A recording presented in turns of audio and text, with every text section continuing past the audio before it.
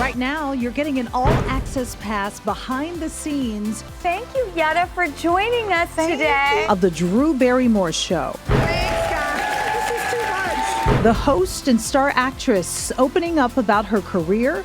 You know, I kind of always wanted to play like her struggles. We've all been through things. I get nervous all the time. Celebrity circles. Who was the person that came in here and had you both starstruck?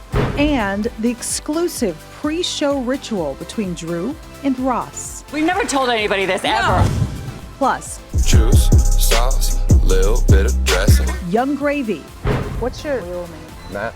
The rapper sharing his love of lyrics. Mr. Clean was the debut. A link to a legend. Went on some, dinner dates. And his attraction to women way older than him. Are you hitting on me? Can't say I'm not. Oh. Join us for the journey that will leave you feeling informed and inspired. Welcome to this Arizona's Family original with me, Yetta Gibson.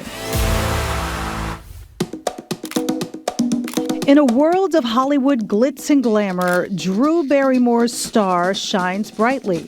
She first captured our hearts at 6 years old in Steven Spielberg's 1982 breakout hit, E.T. 2 years later, a starring role in the sci-fi thriller Firestarter, catapulting Drew to child star fame.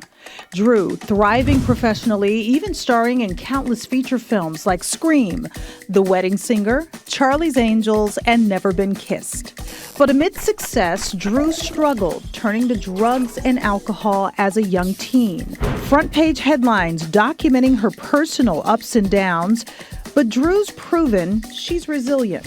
Every human being has this incredible capacity to make or break your day. Something she shares with all of us on the Drew Barrymore Show, now in season number 4. The next Arizona's Family original with me, Yetta Gibson, and Drew and Ross. Yay!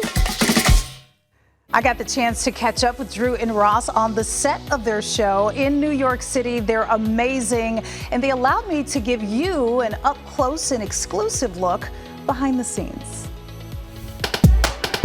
When we arrived, Drew's team took us to the guest dressing room floor. Look at how many there are. Ours had my name on the door. Then, Drew's glam team gave me makeup secrets as they were kind enough to do some touch-ups on my face. The crew treated Mike, my photographer, and I like royalty. I'll explain this later. But after about an hour, It's been 2 years, right? they took us to the main floor, the Drew Barrymore show set. This is great. Drew interacting with her audience before the show. Guest that day, that giant rabbit, influencer and podcaster Victoria Brown, and Drew's good friend, actress Maya Rudolph. After the show recording, time to chat with Drew and her show sidekick, Ross Matthews. I thought the plan was to watch the show taping, and once the audience left, we would do a normal sit-down interview. But that didn't happen. Instead, Drew brought me out like a celebrity guest. Thank you, Yetta, for joining us today. Thank you. We are here from Phoenix, Arizona. We're very thrilled to be here. Oh, we Kidding. love Phoenix. We're so excited you're here. Thank you. Yetta, thank you for coming. Do you visit? Yes, I have. Your favorite thing? Is it in Phoenix, the Taliesin Taliesin West? Yes, the Frank Lloyd Wright Very residence. cool. I went to a great brunch, and I remember half of it. I do, and it was So there were really drinks great. involved. Yes, there were. Okay. With Drew's decades of experience, I had lots of questions. It seems as though Drew has tackled playing almost every type of character. Is there a type of role you want to play that you have not yet? You know, I kind of always wanted to play like a femme fatale. Okay. Because we all have that wicked side of us. Yes, we do. A villain. And I'm so nice, like, all the time, and I seem so sunshiny and whatever. Listen, I have just as much of a dark side as anybody else. Listen, everybody has a naughty little, Yes. dark side. I don't know how else to say it. So I would love to play a character that just really leaned in and embellished that. The can you closest see I came was Santa Clarita Diet. That was really fun. I would love to see you as a dominatrix. Yes. And a bustier. Yes. I didn't say dominatrix. I did. I know you did. I did. I just got an image. Is that a rabbit? No, it's Douglas. Oh, okay. I love that you said, "Is that a rabbit?" Because it could have been It could on have this been a show, rabbit. right? No, we just had one on. It was a rabbit that was about this big. yeah, I we swear, did. I swear. Most surprising thing you've learned about Drew since working with her? Or you had to be a big fan before. She never thinks of herself as Drew Barrymore. Does that make sense, you guys? 100%. Yeah, Yes. like she just thinks of herself true. as Drew. And Yeah. and sometimes I want to remind her, girl, you are Drew Barrymore, You're you know? Drew But that is Barrymore. part of her beauty and one of the most beautiful gifts that you have. Thank you, Ross. I love you. Even for an A-lister like Drew, the uncharted waters of daytime TV, she says, can still give her jitters. Is there a guest that you were nervous to talk to? Oh, I get nervous all the time. You do? All the time. But you're doing a talk show. I know, but every day I think no one's gonna show up. They're gonna kick us out of the studio. No guests will ever book. I just kind of assume that. So if anything ever really happens, I'm just sort of in shock and awe and absolute humility and gratitude. I assume nothing. So everything's the same with everybody. Yeah, I get really nervous all the time. In fact, sometimes on the weekends, goodness. I will literally stop in my tracks and go, what if I don't know how to do this next week? What if I can't do it? Yeah. What if I really don't know how to do this? Right. What if I forget how to do a talk show? Yes. No, I get it. feel always on my toes in life. I never feel that comfortable with anything.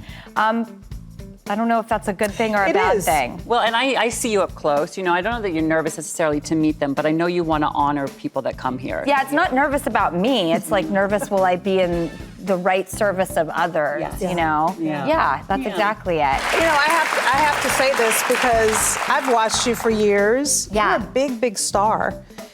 And I'm just, no, is she not a big, big star? I mean, you're huge. And you're so humble, and I did not expect that. Yeah, no, I don't even know what that is. No, you know? I understand, because it's so authentic. It just, you know, everybody is very important. You know, every human being has this incredible capacity to make or break your day, change your mood, elevate it, make you feel better. Like every person possesses that power. So I'm more in awe of the capacity of human beings than anything else. That's amazing. I just can't believe you have this kind of energy. You know what I mean? No, it's great. I thank you for being that. Who was the person that came in here and had you both starstruck?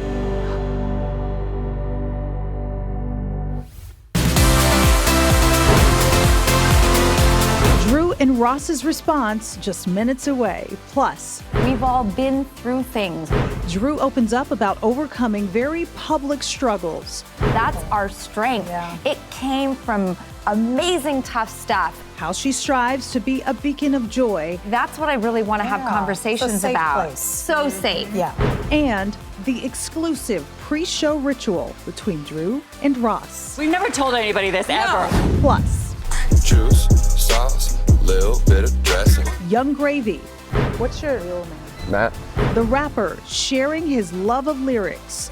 Mr. Clean was the debut. Liability, in the early days before I got signed and had legal issues, a link to a legend, I went on some, dinner dates. and his attraction to women way older than him. Are you hitting on me? Can't say I'm not. Oh. All that when this Arizona's Family original with me, Yetta Gibson, returns. We are back with an exclusive look at the Drew Barrymore show. Drew and her sidekick, Ross Matthews, giving us a glimpse behind the scenes. Who was the person that came in here and had you both starstruck? The Barefoot Contessa. When she came here, Ina Garden, you know, I love her. I love cooking. Could they tell you were starstruck? Could she tell I was starstruck? Could you tell I was starstruck in that moment? Could you tell? Well, I knew going into it how excited you were. So I was just like, don't mess it up, Matthews. Don't mess it up. What about you? I don't know why this keeps coming to the top of my mind, but when George Clooney came here, that it just, I did a film that he directed, and we were such a small show, and just knowing him, and I wanted to make it so great for him. I don't know why that one just felt like it got me real nervous. I just felt like nervous and game timey, and I know him, and I didn't want it to feel odd, but I think when people don't do traditionally talk shows a lot, that makes me really nervous because then I'm like, I just want this to be a very relaxed, cool experience. Yeah, because they agreed to do it with you and they don't normally do it. Yes, exactly. Yes. Did it help when you just stared into his eyes?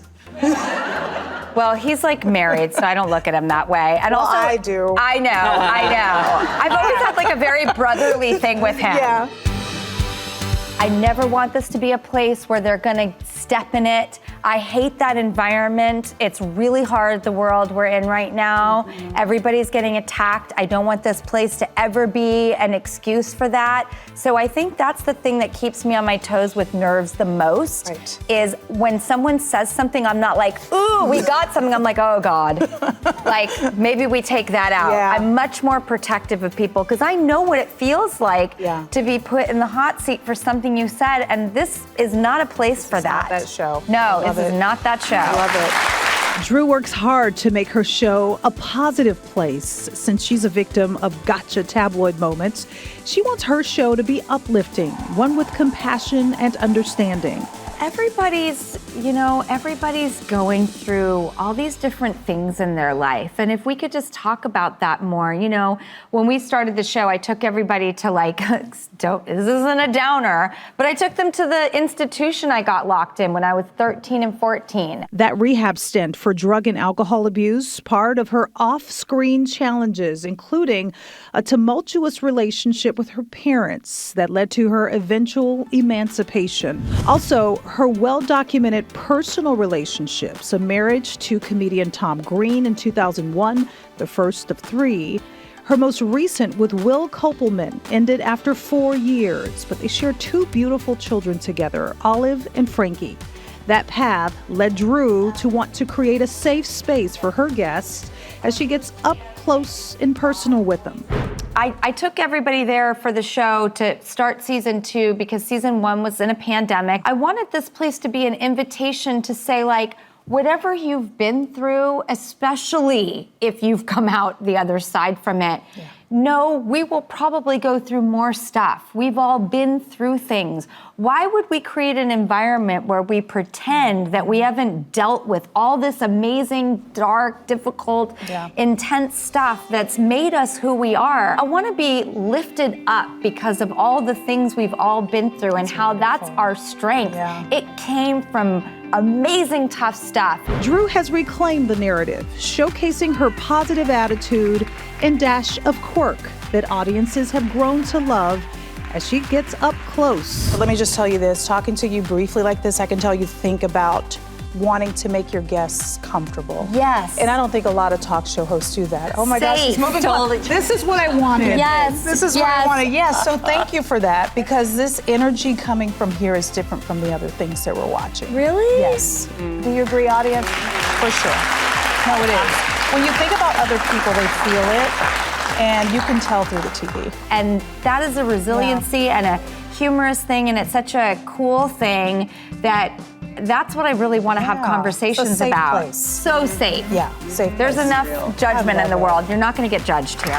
Yeah. Keep doing that. Good. Seriously. I'll try. It feels good.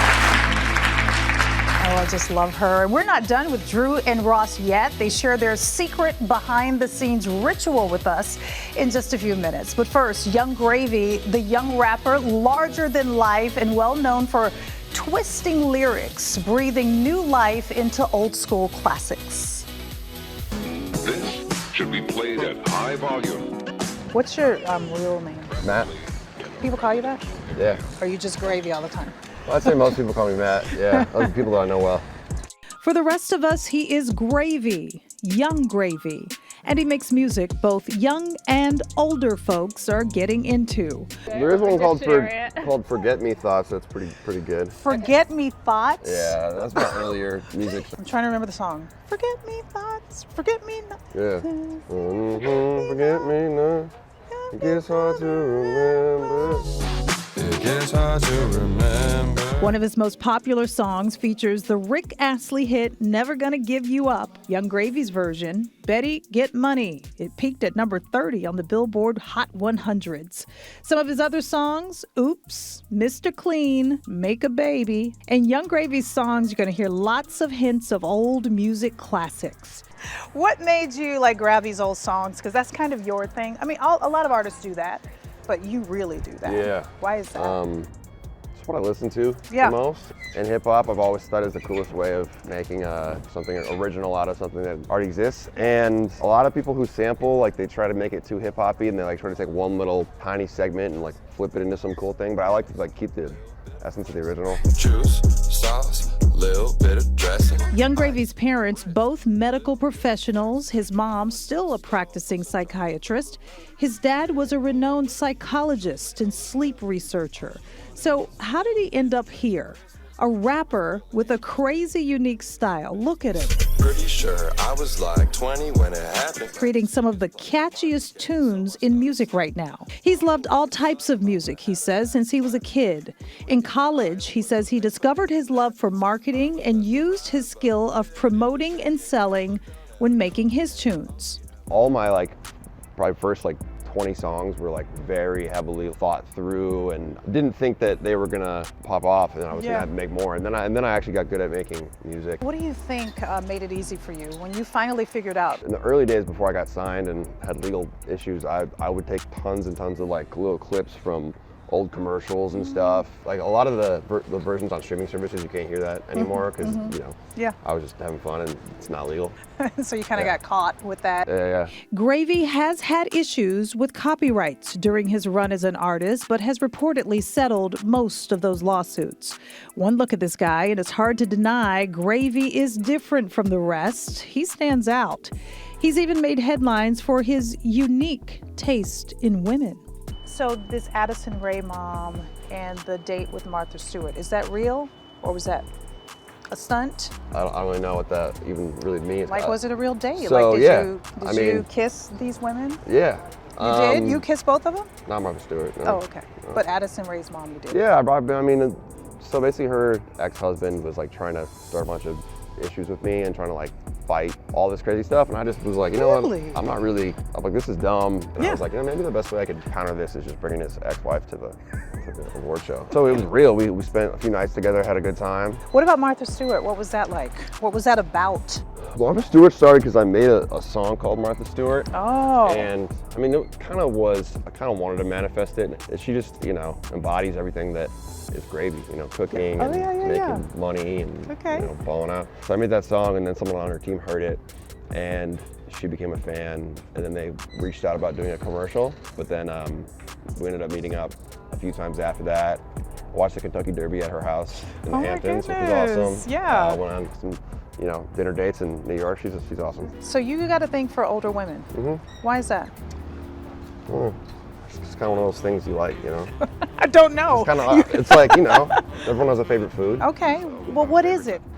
I like the wisdom and, hearing cool stories and, God, I'm dying. Getting good experience. How old am I? Hold on a second. I like the. Are you hitting on me? Can't say I'm not. Oh. I think it's safe to say this 27-year-old has made quite the name for himself, starting out as a youngster who simply loved music and later excelling in the craft of marketing. Despite all of his success, he takes pride in just being a normal, down-to-earth guy.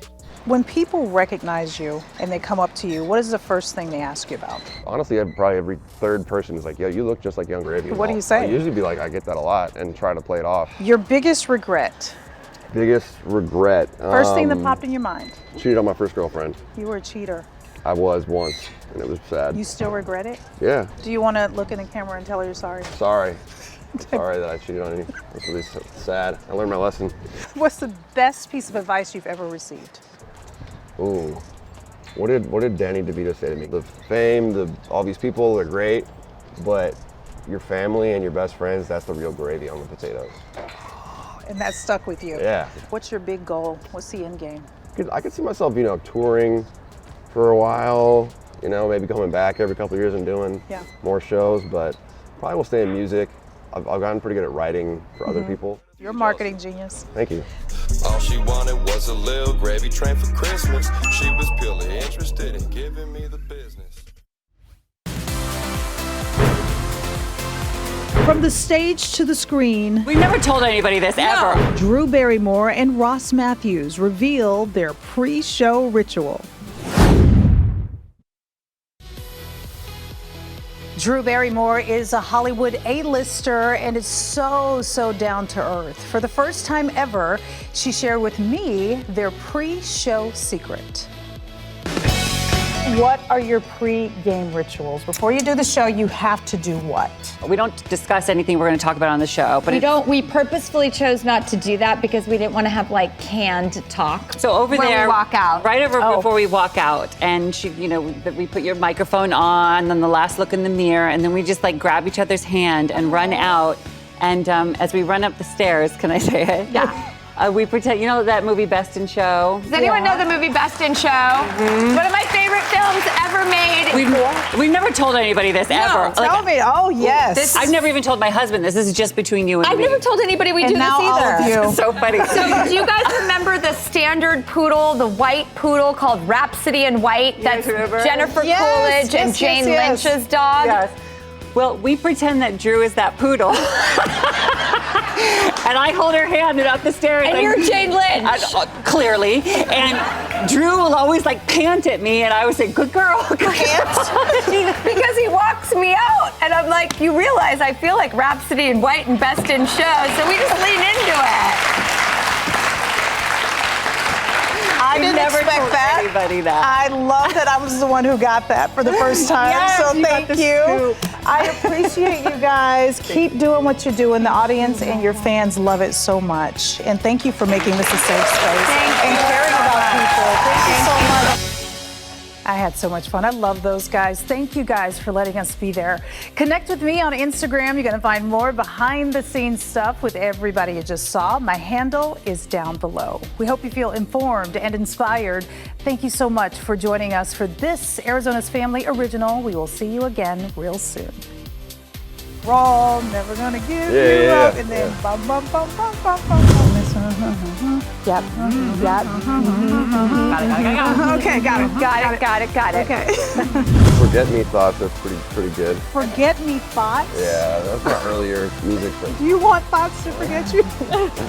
yeah. By the way, my daughter is in my IFB really telling me to get off the stage. She I love is? it. Yep. The same daughter who was in the wedding dress, she's in my ear. She's like, Mom, wrap it up. She's the boss. That's it, sir. We're done. Thank you. I love him. Thank you. Yes.